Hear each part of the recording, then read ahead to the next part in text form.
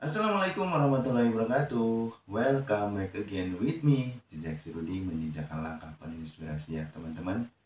Semoga kabar teman-teman semuanya kondisinya dalam kondisi yang sehat, tidak kurang suatu apapun. Hari ini sudah memasuki hari ke-15 ya di bulan puasa, dan juga bertepatan dengan tanggal 5 April.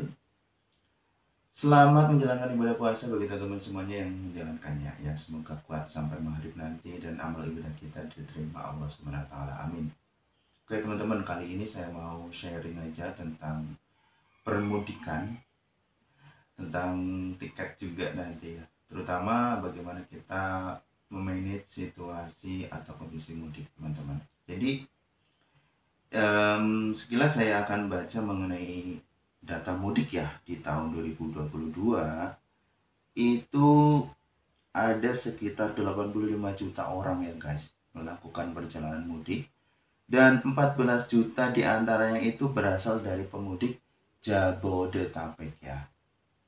Nah, dan menurut Kementerian Perhubungan itu terdapat sekitar 2,1 juta kendaraan yang meninggalkan Jabodetabek pada mudik Lebaran tahun 2022. Ini diambil datanya dari Kementerian Perhubungan ya. Dan situasinya bagaimana ya kira-kira tahun 2023 ini? Jadi 2023 ini diprediksikan akan lebih banyak, akan meningkat lagi untuk pemudiknya. Otomatis lalu lintasnya juga akan lebih padat dan akan lebih macet. Jadi teman-teman semuanya yang seperti saya ini kan baru pertama kalinya akan merasakan suasana mudik dari Jakarta akan menuju ke kampung halamannya di Cilacap di Kroya sana.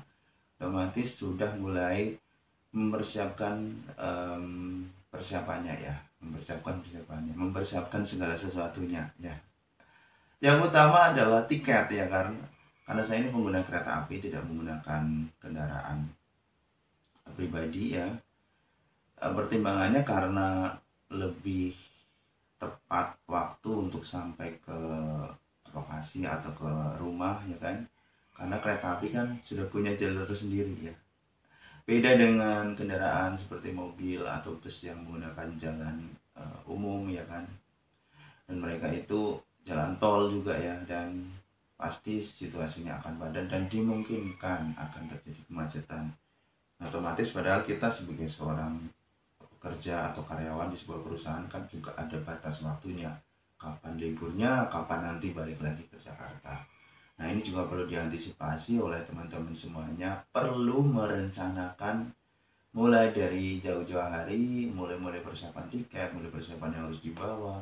Kalaupun nanti menggunakan mobil harus dicek lagi persiapan atau mungkin kondisi mobilnya. Sepeda motor juga iya ya kalau menggunakan mudik dengan sepeda motor. Jadi banyak alternatif pilihan menggunakan alat transportasi mudik ini, dari pesawat, dari kapal laut, kemudian bus ya kan, kemudian mobil pribadi, ataupun ada juga yang menggunakan sepeda motor. Jadi antusiasme mudik tahun 2023 diprediksi akan lebih meningkat. Otomatis jalur-jalur rawan macet juga mulai diperhatikan. Jadi bisa diatur mengenai pemberangkatan mudiknya ya teman-teman ya. Jadi perhatikan lagi pemberangkatan mudiknya, mudik tanggal atau pulang kampung tanggal berapa yang kira-kira tidak macet. Nah, ini juga diwaspadai karena jalur-jalur puncaknya itu sekitar tanggal 18-19. Saya sendiri mengambil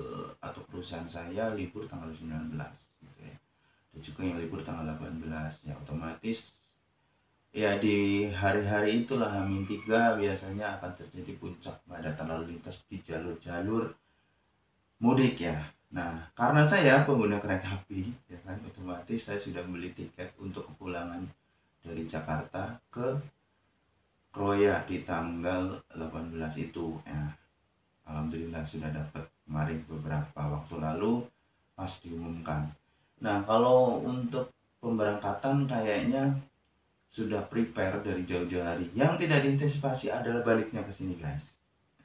Karena baliknya itu kan sekitar tanggal saya masuk tanggal 2 Mei ya. Dan ternyata guys, tiket untuk tanggal 30 dan 1 Mei, 30 April dan 1 Mei itu dari Jogja, mungkin dari Kroya, dari Purwokerto, itu langsung ke Jakarta itu sudah habis guys. Udah tidak ada tersisa kayaknya. Mengandalkan kereta tambahan kayaknya juga kita harus ngecek apa dan sebagainya, itu perlu waktu ya.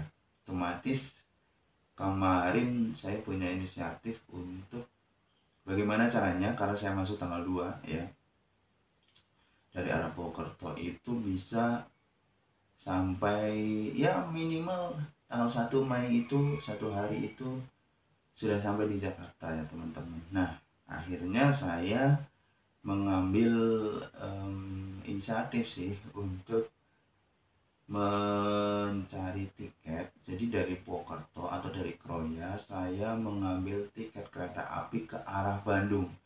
Jadi saya beli tuh tiket kereta api Batu Raden Express untuk tanggal 30. Kemarin saya beli masih ada, masih tersedia, harganya sekitar 210 untuk kelas bisnis. Masih ada banyak beberapa tiket yang ke Bandung dari arah Kroya tanggal 30 Mei ya. 30 April sampai di Jakarta, sampai di Bandung 1 Mei. Nah, dari Bandung rencana saya ini banyak alternatif sih. Ada juga kereta dari Bandung menuju Jakarta seharga sekitar 150 ya, Argo Parahyangan.